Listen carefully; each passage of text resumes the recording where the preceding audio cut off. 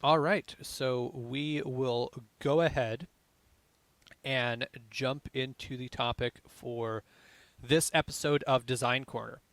So, when you're playing Savage Worlds, you have a very robust toolbox that you can dive into and pull parts out from and start utilizing for your games. Now, something that I have seen is some folks kind of when you look at all the different tools that you have, some folks kind of get overwhelmed. They're like, okay, I've got to learn all of these rules before I start running, before I actually start, getting down to the table and rolling dice and playing with my players and doing adventures, so on and so forth. And I also sometimes see folks taking the mechanics of one of these, one of these rule sets, one of these tools that we give you, and trying to kind of leverage it in and push it into a place that it isn't necessarily super keyed in towards. And so today we're going to talk about a bunch of the different rule sets, how to introduce the different complexities of rule sets, and how to make sure that you're leveraging the things that you need as a GM in your game.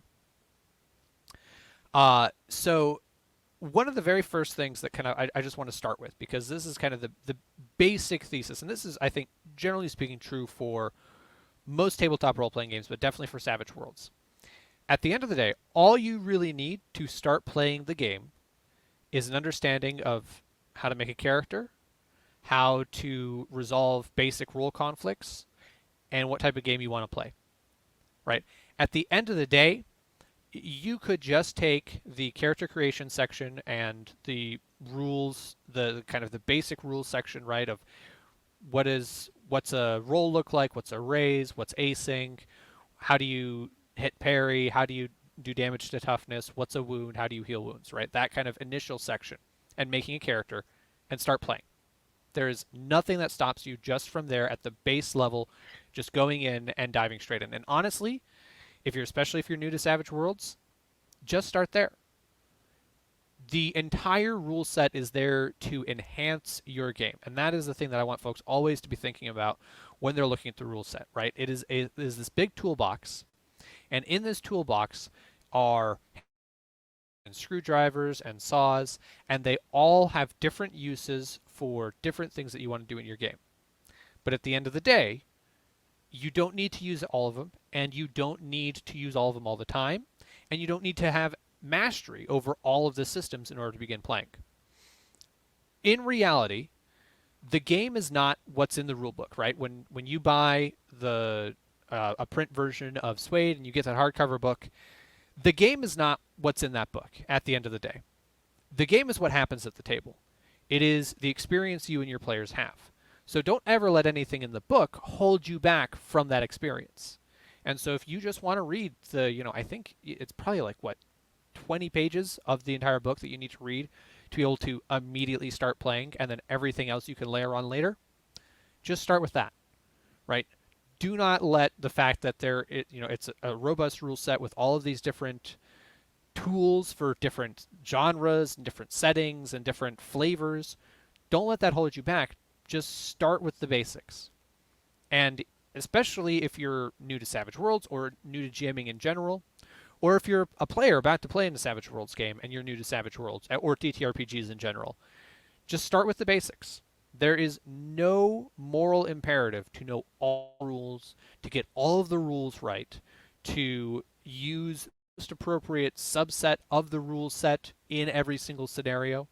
You do not need to do that. So that is kind of the base level that I want everybody to think about, right? And also, especially if you're introducing new friends to the hobby or new friends to Savage Worlds, remember that, right, buddy? And his first experience playing TTRPGs was playing, I want to say it was 3rd edition Dungeons and Dragons. And the people he was playing with took the book, gave it to him, and said, memorize this. You have to memorize all of these rules before we start playing, which is, oof, not the way to do it, right? And I think most people, that's not the way that they approach it. But that's what he did. And so he sat down and spent 2 weeks memorizing the rules and then sat down to play. And that was basically useless knowledge, right? They were hazing him more than anything, I think. Learn as little of the rules as you need to begin playing. because playing is the thing that you're there for, right? It's kind of think it's almost like homework, right? I am not going to read the entire rule set, memorize all the rules. Memorizing the rules is valuable. No, I'm doing it because I need to get to my destination, which is playing the game. So focus just on those core rules, right? What are my attributes? What are they used for? What are my skills? How do I succeed on a roll? How do especially well? What's a success? What's a raise? What's an ace? What the D8 versus the D10, right? Just start at that basic level. And once you're there, then you can move on to the rest of the game.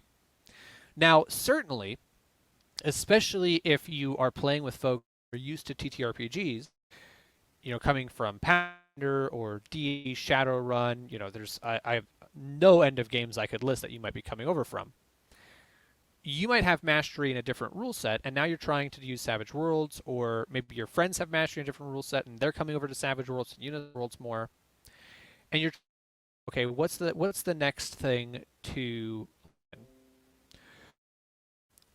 I think the first place that when they're trying to we understand the basic rules of play, and we're going on to the next step, is going to be looking at the situational rules.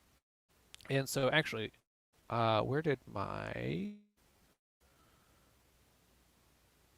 I don't think I'm going to throw it up on screen just because I don't know that it's going to be super real.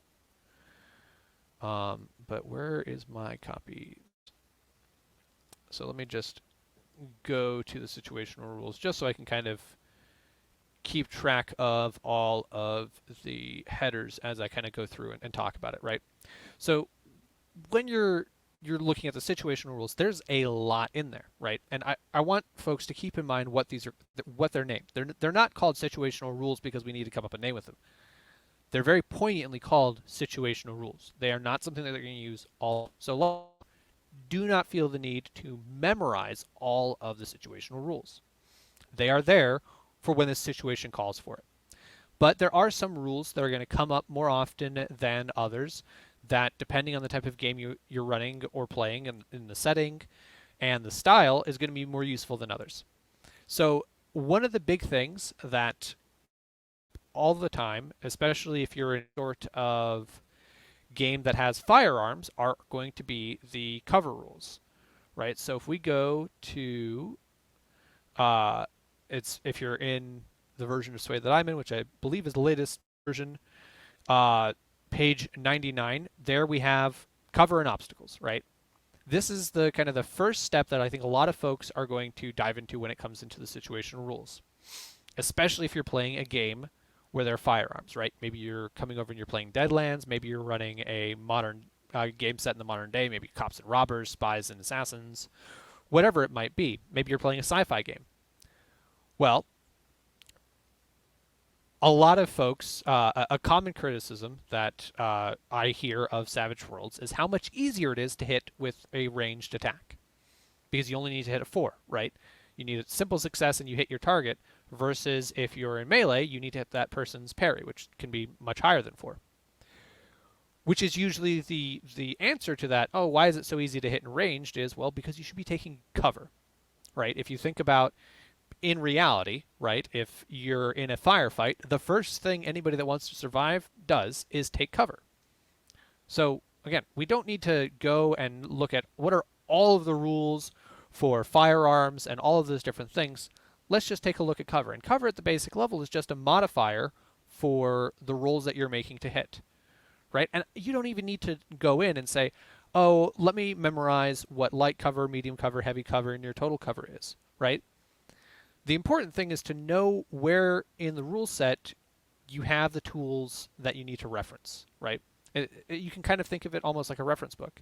The fact that you know, oh, if I'm taking cover and I don't know what the penalty should be, let me go and look at the cover and obstacles section.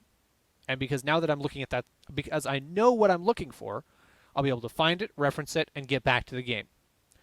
And especially as the GM, one of the things that's super useful for designers as a tool is categorizing things. And this is why you see all throughout Savage Worlds, we do things often based on categories, right? So in cover, it's not a, here is a formula that determines how much coverage I have, and that is the bonus that you get, right? I've played games where that's literally how you handle it. It's a category. Is it light, medium, heavy, or near total cover? And by constraining all of the different types of cover that you might have into those four categories, it makes it a lot easier for us to say, well, that sounds like light cover, right? Like, oh, it's this, this fence that's between me and the bad guys. That's probably light cover.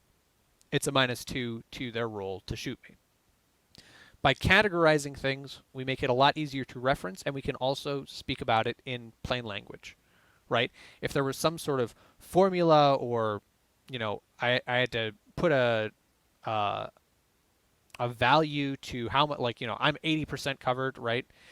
Even then, that's something that's very different to contextualize than just saying, I'm behind some light cover. If we can say it in plain language, which we can often do when we categorize things, then we can just kind of go from there. And so that's also something I want folks to think about when they're going through all of these additional rules and figuring out how to leverage them.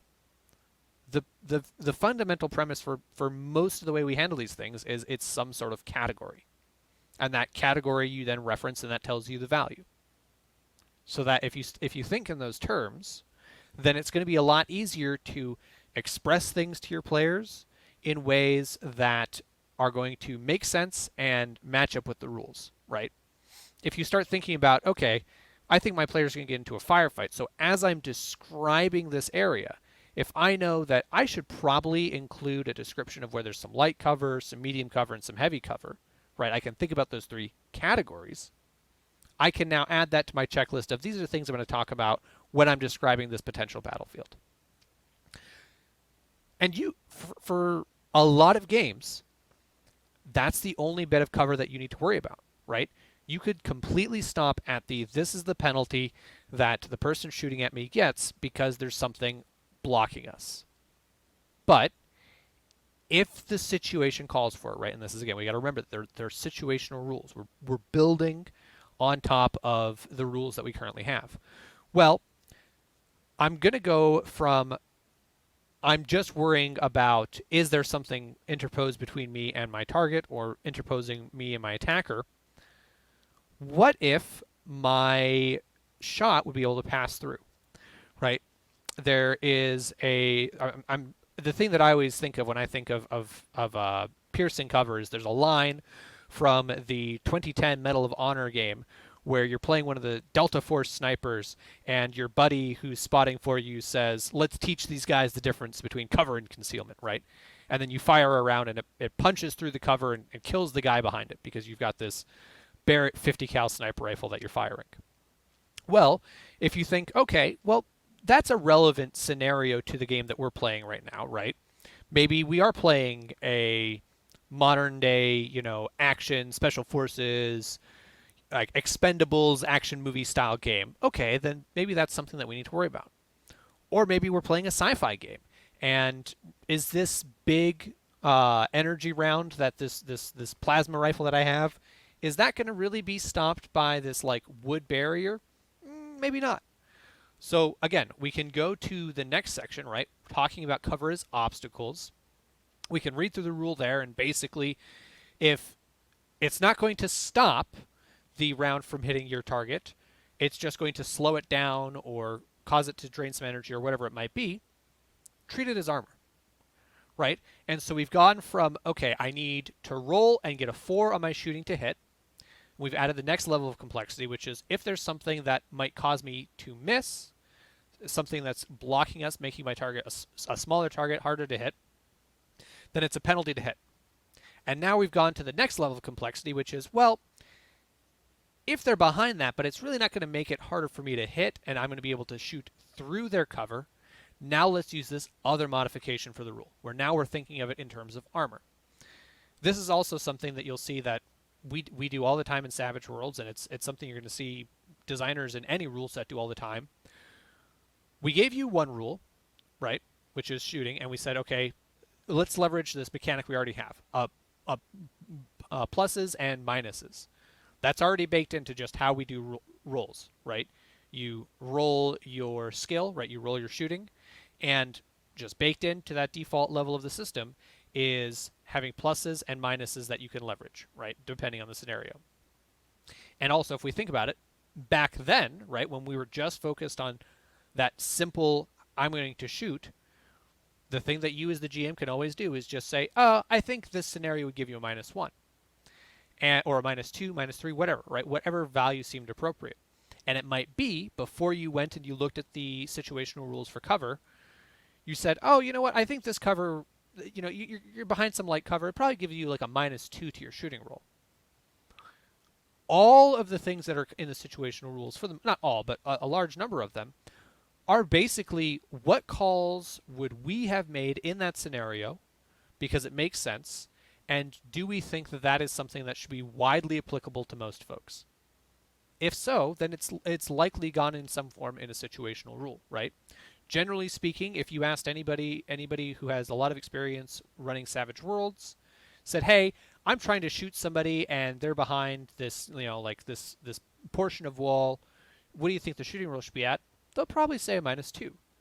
So instead of saying, "Okay, well you got to make that call every time and maybe sometimes you're inconsistent," let's give you a chart, right? So we've done that, and now we're kind of going to the next level of we've leveraged this one system, just the flat bonuses and penalties that you get to rolls for one version of the situation rule, and the next version of the situational rule is utilizing another system we already have, armor, right? We already have this conceit that depending on the setting, I'm going to be able to put on different pieces of armor, right? Again, in our example of a modern tactical, special forces and spies type game, I might be able to put on a plate carrier, and that is going to increase my toughness, and that's a default rule of the game, right? I have to roll more damage than your toughness in order to deal a wound. So if we're going to say, well, this cover isn't going to prevent you from getting shot, it's just going to slow down the bullet as it passes through, or whatever the narrative conceit of that situation is, let's use a system we already have, toughness and cover, or toughness, and use that. And let's just make a modifier for that. And so if you've got, a little bit of an obstacle, right, it's a +2 armor. And the other thing that we do is the +2 that you get, right? So if we look heavy glass, thick leather, drywall, wooden shield, aluminum car door, thick leather, well, if we went over to the armor section, we looked, I'm specifically thinking about Savage Pathfinder, because that's what we're working on right now. I'm pretty sure thick leather is a +2 to my toughness for armor. So not only are we leveraging a system that already exists, right? We already know how to use toughness because we've learned the basic rule set of the game. But now in the situational rule, where we're talking about it in a scenario that maybe isn't as standard as you'd think, right? There's, I'm in the tanner's shop, and somebody is shooting arrows at me, and they've got the leathers that are there drying. Well, it's not the way I would usually think about it, but it's still a +2 to armor, and so the situational rule lines up with the default rule, right? And so having those things be in parity is something that we're always kind of trying to think about, right? It's if it works, if this is the way it would work just in the general call you're going to make, let's also make sure it's the rule in the situational rule.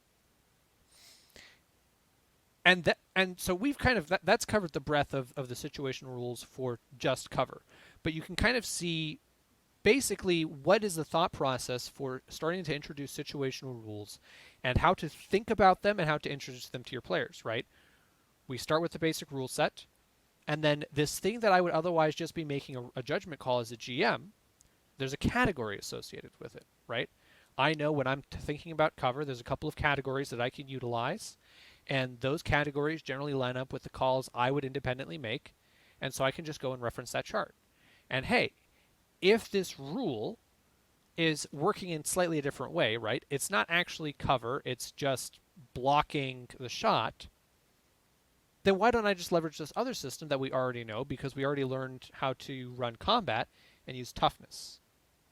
And so the value here is not just in understanding why these situational rules work like this, but also in then utilizing your own situational rules, something that all the time you should feel absolutely free to do, right? Even if there's an existing situational rule, but you don't want to look it up, or it doesn't at the moment make sense for what you're trying to do, leverage the other game systems to resolve the scenario that's in front of you. Because at the end of the day, 99% of the time, it's not important what the actual rule is. What's important is that it feels right in the moment for your players. Alfred Hitchcock had I don't know, would you call it a theory, a rule? It's what's called the refrigerator test.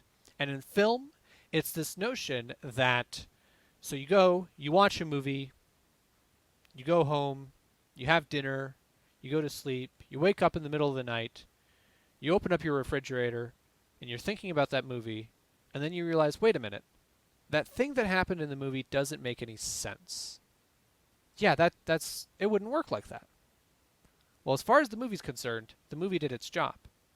You got through sitting down in the movie theater, watching the movie, and going home, and you believed it, right? We've got the same thing. We've got our own refrigerator test, and that is to the end of the session. After the session, your players might say, oh, actually, rules-wise, does that 100% make sense? But if we've gotten through the session and it made sense in the moment and it was dramatic, intense, and fun, then we've gotten through what we need to do, right? And if it comes up multiple times, then maybe it's something that you need to either see if there's a situational rule for or codify yourself and do something homebrew. But if it works in the situation, in the moment, in play, that's all that matters at the end of the day. Some players are going to rebel against that notion and be, it's your more rules lawyery players. They want everything to be fair. But by and large, you're going to get more mileage out of what works now, what's fun, what's dramatic, what is the most interesting thing we can do. And personally, I break rules all the time to make it more interesting. And as we're going through this stuff, if there's any point where something I'm talking about, folks want more detail on, or there's kind of a scenario that comes to their mind that they want to think, okay, how would I go through this same process of thinking about the situational rules, either to find the rule that I would use for that, or basically make up my own ruling on the fly, go ahead and throw those examples out there. I want folks to be able to, if there's something that comes to mind of like, how would you do this? Just throw it out. Because we've kind of, at this point, hit the main thesis of this talk, right? Which is how to think about introducing the additional rule sets and how to think about leveraging them and utilizing them in different ways. Some folks are talking about Raiders of the Lost Ark and the refrigerator test. Yes, the grasshopper. It has different meaning when you mention Indiana Jones and its horrific sequels. I would say only one of those is horrific. I think generally speaking, 3 out of 4 is not that's 75%. That's not a bad score. So we've hit. We've also got, there's extra level of layers that you can go with any situational rule, right? And they kind of are all designed to stack on one another. Once you are thinking about cover and obstacles for your ranged combat, well, then the next question that comes around is, well, what if, how do I get around that, right? That's the question your players are going to ask, right? How do I get around cover? How do I hit a specific spot, right? If I am really trying to hit this tiny spot on the bad guy because they're behind cover, well, what if they're not behind cover and I'm just trying to hit a tiny spot on them? That's where we get things like called shots. And so called shots then adds the layer of complexity because, okay, now we're talking about what are the rules for where I'm going to hit. And we've got some generalities, right? If you're hitting a human-sized target in the hand, that's about a -4. Well, how do we arrive there? Well, we go and we look at scale, right? So if we go to page 106, size and scale, right? What does size and scale have? The exact same thing I was talking about earlier. We've categorized it, right? At the end of the day, thinking about categories is way more natural and useful for people than thinking about anything in a more discrete manner, right? This is one of the things that you run into the problem with percentile systems is do people really, at the end of the day, feel and notice the difference between 12% and 13%? Not really. This is actually, if you ever want to get into kind of the theory crafting behind why people play percentile systems versus d20 systems versus variable dice systems, the theory behind why you play a d20 system is because increments, of 5% are very easy for folks to conceptualize, and that's why a d20 is useful, right? But again, that's basically just 20 levels of category, right, in a d20 system. We're all the time as designers just coming back to this notion of if we can categorize something, we make it easier for people to understand, we make it easier for people to utilize. And also, as you get used to this notion of I'm going to slot in this thing I'm trying to do into a category, and that's how I'm going to adjudicate this rule. If you're doing that once for what my cover bonus is and what for my armor bonus is, then it's easy to do that for everything. So we come over to scale, right? And so let's have some categories for scale. And so now I'm thinking about in that context of, okay, what category can I assign the different scale of these things to for the purposes of determining how hard it is to hit with a called shot. And now we've added the next layer on top of the situational rules that we're using for shooting. And so we can kind of keep going through this process and run through all of the situational rules. But I think we've kind of gotten the major juice out of what is a substantive section of the book, the situational rules, and kind of the way to think about it of, again, thinking about it in terms of what do I need, what category does it fit in, and what other rule systems can I leverage to achieve the effect that I want in the game, right? This is in contrast to a lot of the other tools that we provide, right? So for instance, a dramatic task, right? The situational rules are all about drilling down and going to the next level of complexity, right? We started with shooting, and then we're shooting at people in cover, and now we're shooting through cover, and now we're aiming at tiny spots to try and get around cover or to hit a specific portion of our target. It's all zooming in down, down, down, down, further and further on the rules. Well, there's also many instances where you don't want to do that. You actually want to have the opposite happen. And that's where things like our dramatic tasks come in, or quick encounters, right? We want to take something that, if you were to do it by the numbers, roll by roll, going through every single action, would be quite complex and take a lot of time. So, for instance, I think one of the more popular examples of a dramatic task is a heist. I see a question from the Grasshopper. If you don't have enough variation, what is the difference between a first level thief, quote unquote, and a 20th level feat mechanically in Savage Worlds? It's one of the worries I have about doing something like Pathfinder and Savage Worlds. Well, let me read that one more time so I'm parsing it. Well, so one part that I kind of portion of the premise that I reject is that, for instance, 20 levels is good delineation to have, right? In reality, if we're talking about D20 games like Pathfinder and D&D, most people don't experience the breadth of those 20 levels. So the notion that we have to slot in at 20 points of variance is meh. Also, if we actually think about, if we think about in legends and history and in common language, right? This is something I'm a very big proponent of, is we should be able to describe things in common plain language. What's the difference between different thieves, right? Well, to my thinking, the place where we actually start to really notice the difference between thieves are, so for instance, in Michael Mann's Thief, it's got this great opening sequence, and it's this heister, and he is very specifically looking for this one thing. And so they show you all the different steps that he and his team go through to break into the safe, and he's finding all these valuables and he's chucking them because he's hyper focused and he's looking for this one thing that they're trying to steal, right? There's that type of thief, and then there's the type of thief that would just steal a smash and grab would just steal everything, right? What's the delineation between those two? I think that's a much more valuable way to begin to think about it, right? And that's even represented if you're playing a game like Pathfinder, or if you're playing in Savage Pathfinder, right? The difference between the thief that's hyper focused and the one that is just smash and grabbing is probably going to be a fair bit in their skill. So if I was doing this in Pathfinder, then there'd probably be a couple of different skill ranks, and there's probably be a class feature that makes that difference. If I was doing it in Savage Worlds, well, A, the way I play my character is a lot more important, and B, I've got the rank of my skill, and then I've also got the different edges I could take, right?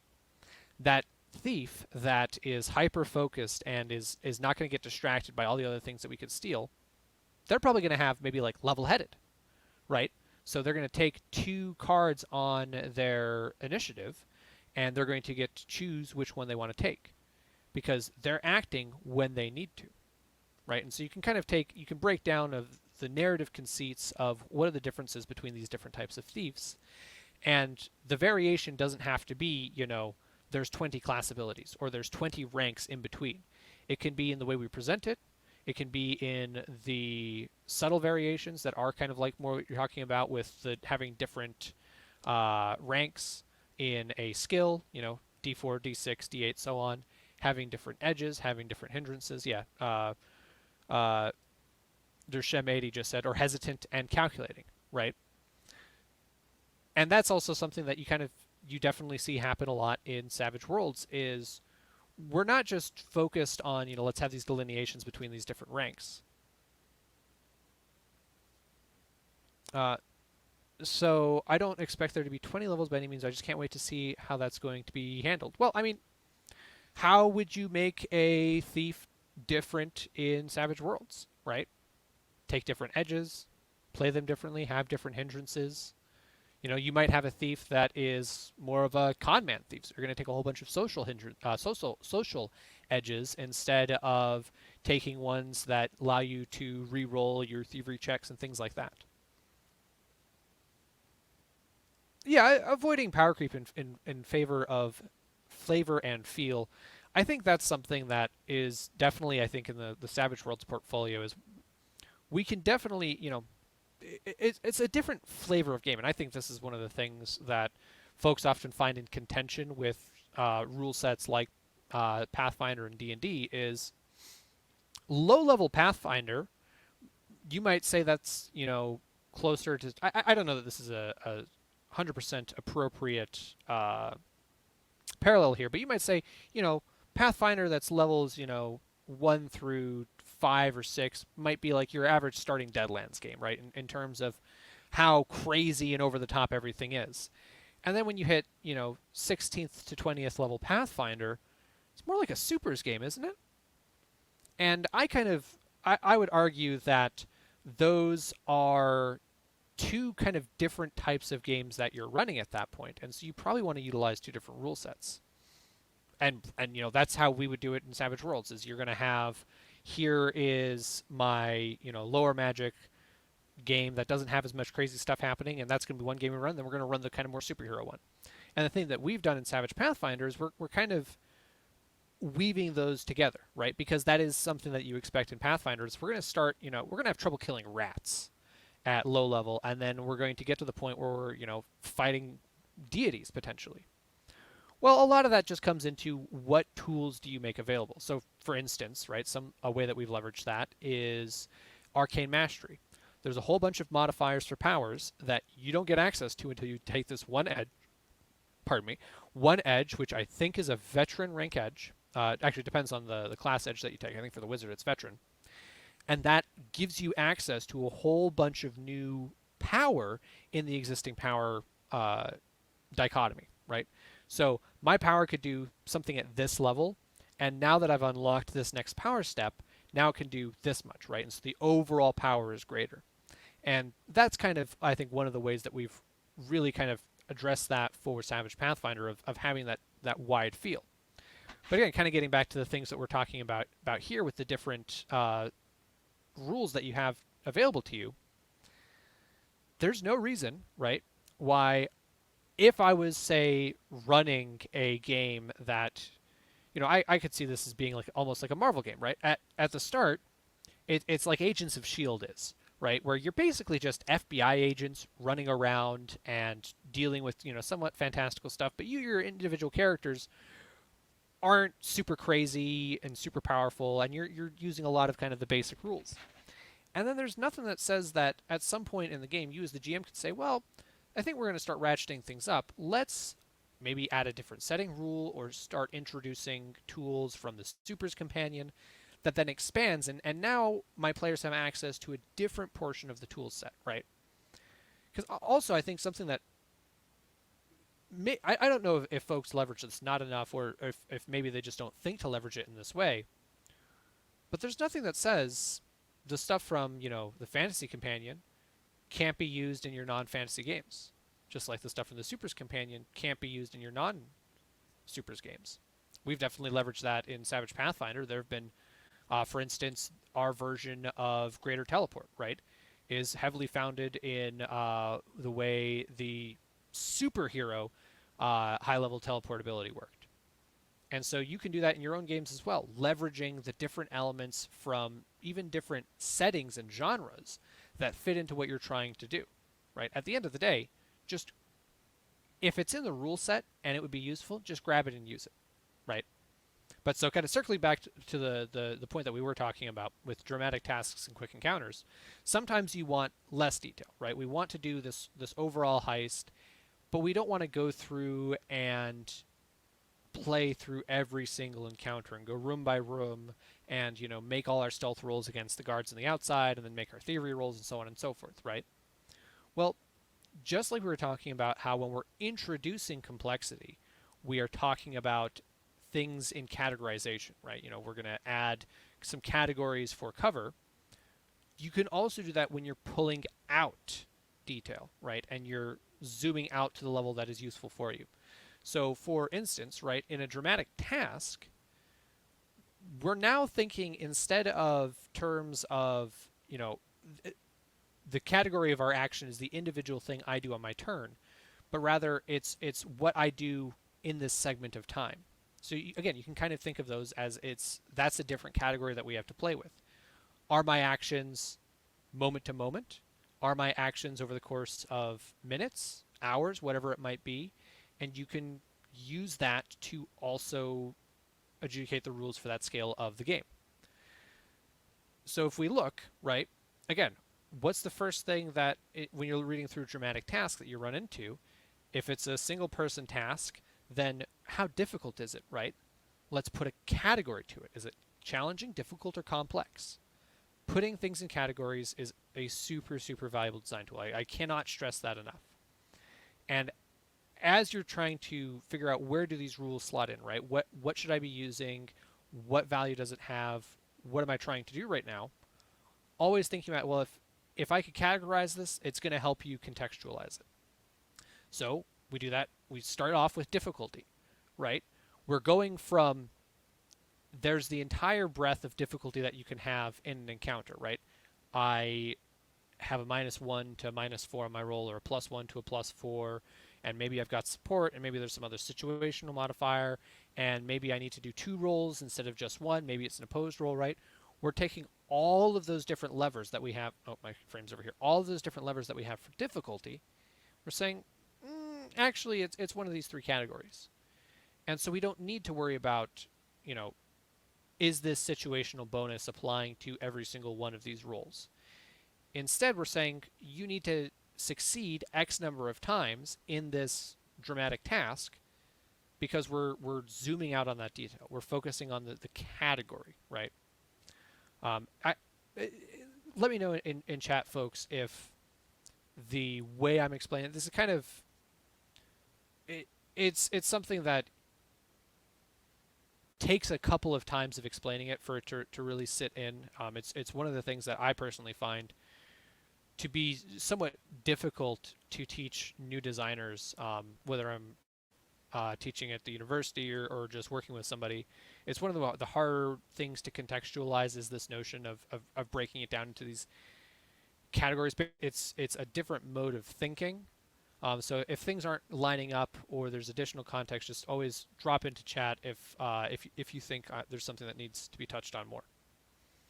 But so with the dramatic tasks, we've got our difficulty in a category, right? We also have kind of even a higher level category of is it a single person task, a multi-person task, right? Yeah. So again, going if we jump into an example, right? Talking about the heist that we're running through. Well, the first thing that your players are going to kind of be principally concerned with in this heist is, are we breaking into a warehouse that there's like a couple of rough dudes hanging around because it's in some gang's territory? Or are we breaking into a bank? Are there trained security guards with security cameras and biometric lock, excuse me, and the like? Well, that's again, we can instead of having to go through and deal with all those individual pieces, we can just say, well, it's not super difficult. It's going to be a challenging dramatic task. We can drop it into that bucket. Or we can explain the entire depth of all of the different security measures that exist. But at the end of the day, the only mechanic that we have to engage with is that it is a complex task. And so that changes the number of success tokens that we need to get over the course of, or the task tokens that we get over the course of the dramatic task. We've taken all that detail and complexity and just plopped it into one of our categories. And again, you could introduce fewer or more categories for the complexity, right? There's nothing that says, we go from 4 to 6 to 8. There's nothing that says you couldn't have one that's 2 or 3 or 7 or 15, right? We kind of give you the basic framework, but again, always feel free to break the rules and do whatever works for your own situation. Now again, this is one of those instances where what's the delineation, right? Are your players going to super notice the difference between a 3-token dramatic task and a 4-token dramatic task? Sometimes yes, sometimes no. So that's why we provide the outline of 2, 4, and then 6, because, 4, 6, and then 8, because that is enough space that you actually feel the difference. And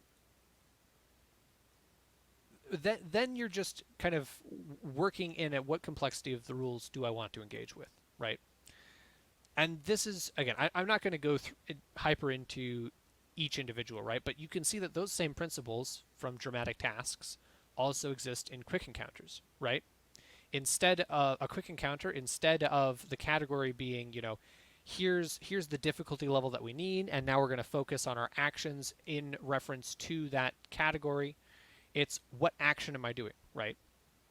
And so it's boiled down to I'm going to make this one roll, and we're going to reintroduce some complexity because of the situational modifiers that I have and I'm using, and the supports and things like that might come up more.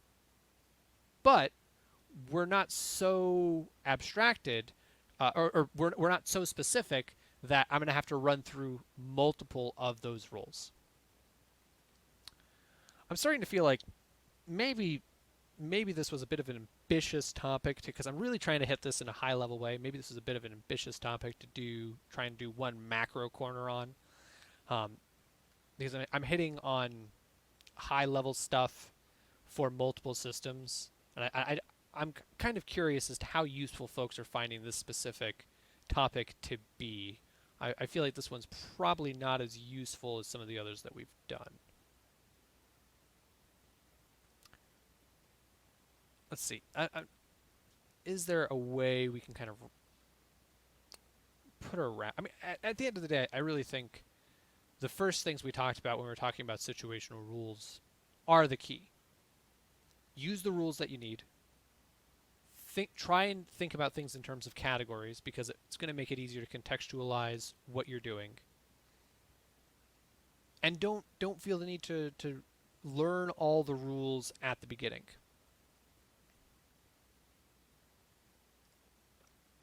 Yeah, so for example, so Dorian's games, I'm new, so everything helps.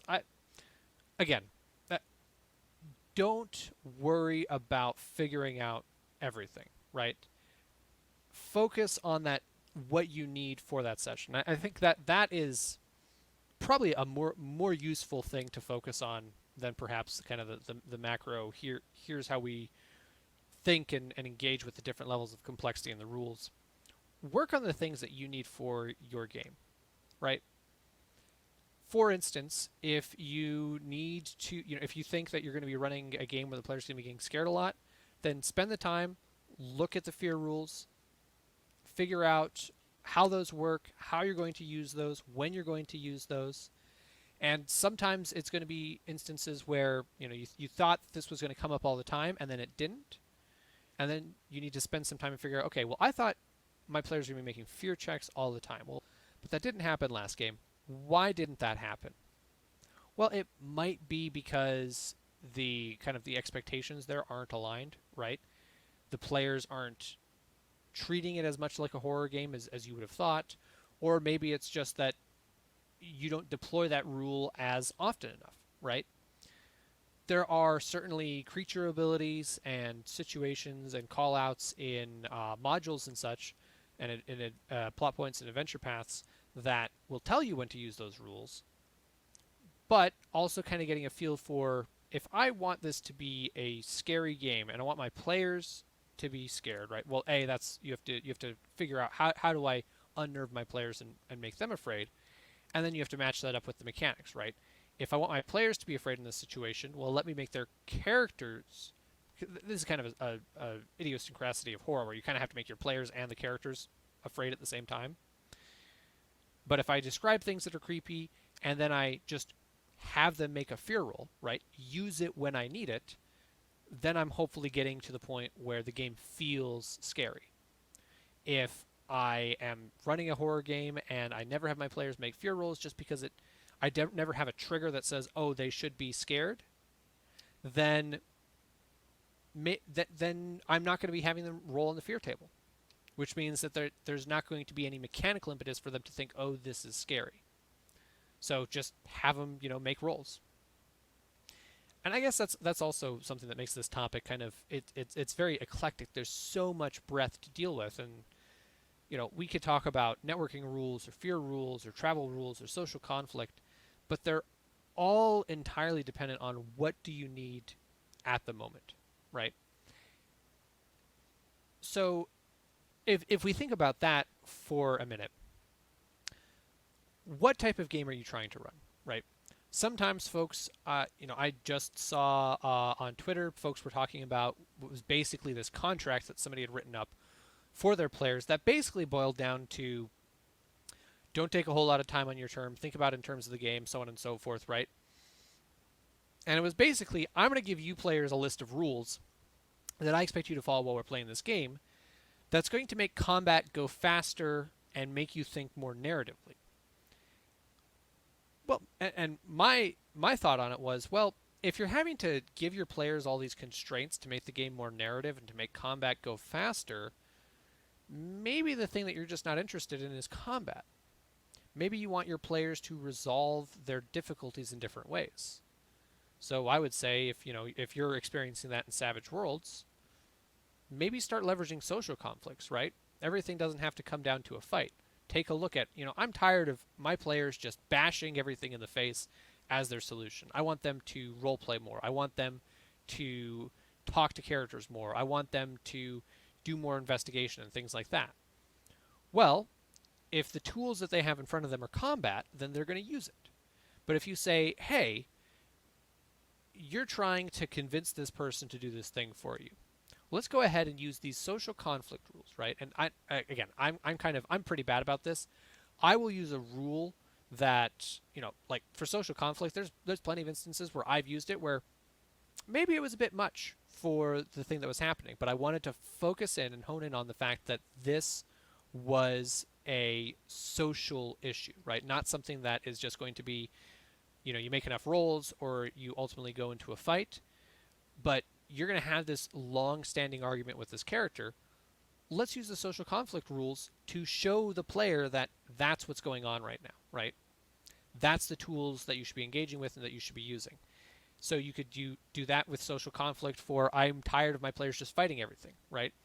If you want your players to investigate more and to engage with the mystery more, then sit down and present them the networking rules and have an encounter where they have to use those rules, right? That's the other thing that you should always feel empowered to do as the GM is you don't have to use the rules because the situation came up. You can say we're using these rules right now. You folks are in this town and you're looking for these clues. We're going to sit down and go through and use the networking rules right now. The players haven't asked to network. The players haven't, they're not. You're not trying to figure out how do I, they've asked. They're going to be asking these questions around town and so on and so forth. How do I handle that through the rules? You can start with the rules and say we're going to use these rules now for this thing. And I find that's a great way to introduce your players to these new tools and to help them learn it, right? Because not only do you have to, on the GM side, learn it to help your players utilize them, but then you also need to add that tool to your player's toolbox. And so whatever situations you're running into where you want your players to do different things, or you are constantly coming up against a scenario where you don't necessarily know how to adjudicate the rules, or if you just feel like you have too many things, there are too many things to learn before you start playing, just focus on the 2 or 3 or 4 different major rules that you need that are going to be coming up in your game. Focus on those and introduce those. So I don't know how super useful this design corner was. It's also kind of, it's we're still figuring out what's the most useful format for the show, what makes it the most useful for folks coming in and seeing what's going on. And also kind of, there's 2 flavors of design corner. There's the ones like this that are kind of more GM advice, and then there's also the ones that are kind of more showing you behind the scenes with, what are the issues that we're encountering as we're working on, Savage Pathfinder or ETU or whatever it is we're currently working on, the Fantasy Companion. And so to that end, I will leave you folks with next week's topic, which is going to be talking about shields, specifically in Savage Pathfinder. One of the things that kind of was a point of discussion that we had over the last couple of dev playtests was handling shields and the idea of facing and when you should get shield bonuses and when you shouldn't, and what does having a shield in Pathfinder, or not Pathfinder, in Savage Pathfinder and Savage Worlds actually mean? What is the utility? What different systems interface, right? For example, as a preview, a long-standing design thought is that the way you overcome somebody with a really high parry because they've got a big shield that's gang up, right? And that is the mechanism by which we address that. So we're going to talk about what those concerns were, what kind of some of the different thoughts we had behind making changes to shields and how we're going to handle shields, why the way we were currently running with them was an issue, and ultimately kind of what the solution that we came to was and the thing that we're currently testing around and trying with. So you folks kind of get an insight into what that part of the design process looked like. Until next time, every Thursday at 2 p.m. Mountain Standard Time, which is 1 p.m. Pacific Standard Time, as well as 4 p.m. Eastern Time. I believe I got all those time zones right. Every Thursday, come back here for Design Corner. If you've got stuff that you want to talk about or ask about that doesn't seem appropriate to the topic for that week, we open up the stream 10 minutes early to let folks get a notification, jump in, and ask any questions that they have. Excuse me. And I will also just throw out, because it's going to be live on March 9th. If you folks are interested in East Texas University and you want to run your games abroad, excuse me, you want to have your East Texas University players go to foreign countries and study abroad for a semester, if you want to see new hooks and Savage Tales, have new tools and items to use for your existing ETU games, check out our ETU crowdfunding campaign that is going to be opening up March 9th on Game on Tabletop. We will almost certainly have a couple of design corners focused on running mysteries and horror, as well as using some of the tools and techniques that you might find useful in an ETU game over the next couple of weeks. But come in next week to talk about shields specifically for Savage Pathfinder. I'll see you folks next time.